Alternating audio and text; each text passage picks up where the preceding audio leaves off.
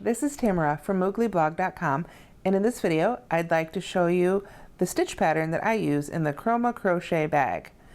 This pattern doesn't have a name that I know of. I have one stitch dictionary that calls it the ripple stitch, but of course it doesn't look anything like chevrons, so that won't do.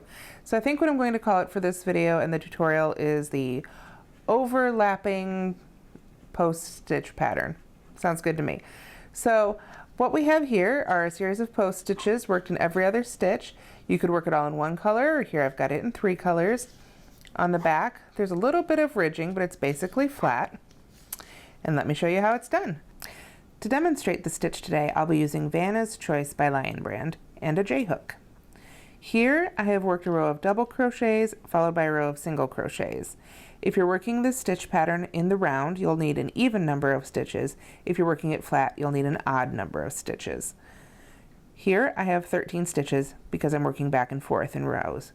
If you're working in rounds, the stitches are exactly the same, except of course you'll want to not have that end stitch because you'll want the pattern to go evenly around.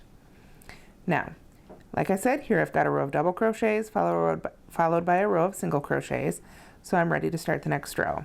I'm going to chain 3, or I could work a chainless starting double crochet, whatever's up to you, and then that chain 3 counts as the first double crochet of the row. So for the next stitch, I'm going to make a front post treble crochet. So I've wrapped the yarn around the hook twice. I'm going to skip the next single crochet and go down around the double crochet directly beneath it. And I will work a front post treble crochet.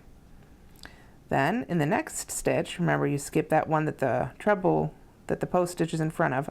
In the next single crochet, I'll work a double crochet. Then in the next stitch, it's time for another front post treble crochet. Yarn over twice, go to the next stitch, go to the post beneath it. From right to left, go under the post, pull up a loop, yarn over, pull through 2, yarn over, pull through 2, yarn over, pull through 2. Just a normal front post treble crochet. Then in the next stitch, double crochet. And I think you can see the pattern already. Front post treble crochet in the next stitch, double crochet in the next stitch, right on to the end of the row. Because there's an odd number of stitches, you'll have a double crochet or chain 3 in the first stitch and a double crochet in the last stitch. And I will meet you at the end of the row.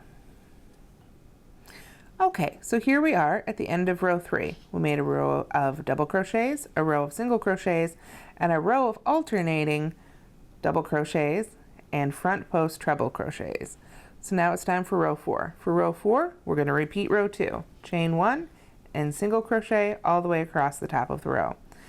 Now remember, when you are working a row of stitches across a row of post stitches and non-post stitches, as is most often the case, you'll want to work in the tops of the double crochets that you made in the last row and the tops of the post stitches.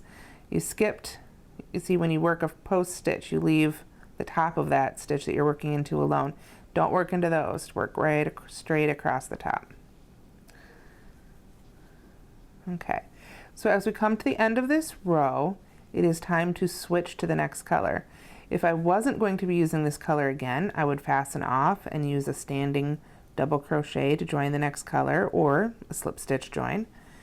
However, if I want to bring the green back in, what I would do is pick up the next color, yarn over, and pull it through the last 2 loops to finish the last row of the previous stitch. Then I like to tuck these within the next stitch, within the next chain, to kind of hold them in place. I'll go ahead and chain 3 to start the next row here. That counts as our first double crochet. And then to create the offset or overlapping pattern, I'm going to double crochet in the next stitch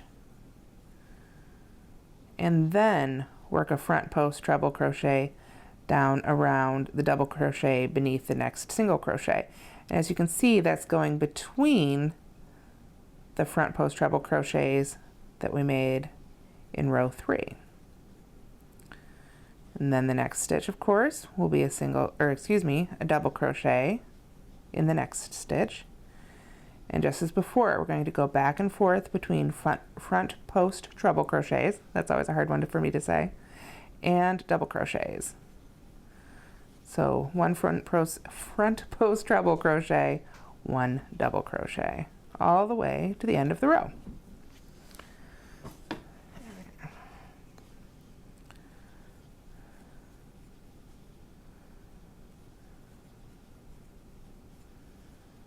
And we're almost there.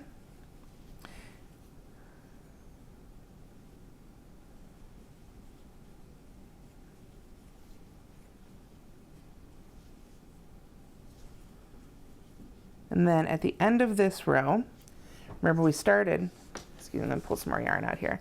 We started with 2 double crochets, so we're going to end with 2 double crochets. Okay, and then for the next row, once again, after a row of post stitches and double crochets, we're going to work single crochets across. And then at this point, depending on the pattern, you could change color again, or you could work another set of rows in this color, whatever you like. You can see from the back that the colors do peek through a little bit, so whether or not you think it's reversible is up to you. If you work it with a smaller hook, it makes a great purse, as in the Chroma Crochet bag on Moogly. But with a nice loose hook, it could also make a nice blanket. Put our last single crochet in the top of that chain 3, because remember that counted as our double crochet. And there we have it. That is the basic idea of the overlapping post stitch pattern. Thanks for watching.